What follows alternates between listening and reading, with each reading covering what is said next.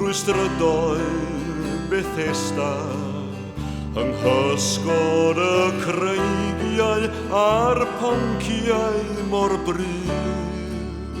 Mi welais chwarelwr yn machlud ei ddyddiau, yn cyfri'r gaeafau ar derfyn y dydd.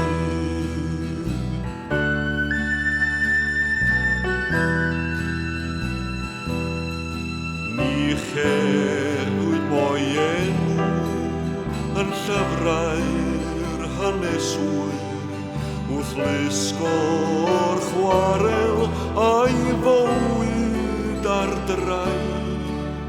Mae'r llwch ar ei sgyfaint o greigiau'r canrifoedd, a neb eisiau gofyn ar bwy oedd y bain.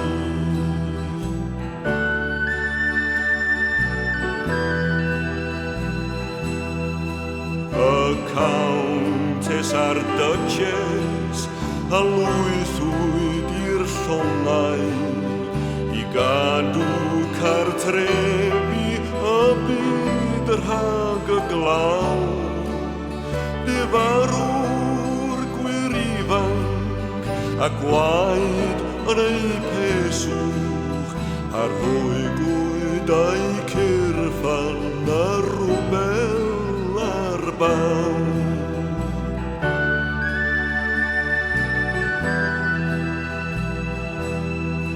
Mae'r graith ar y mynydd yn tystio i'w haberth, festiniog a chorus yn mychlyd a llwn.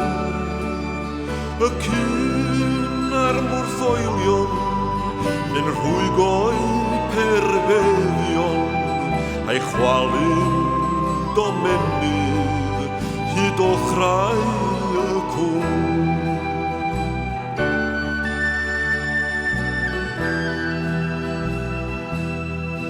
A phan bo hi'n glawio, ystyriw chwarelwr, a gollodd ei fywyd heb reswm yr un.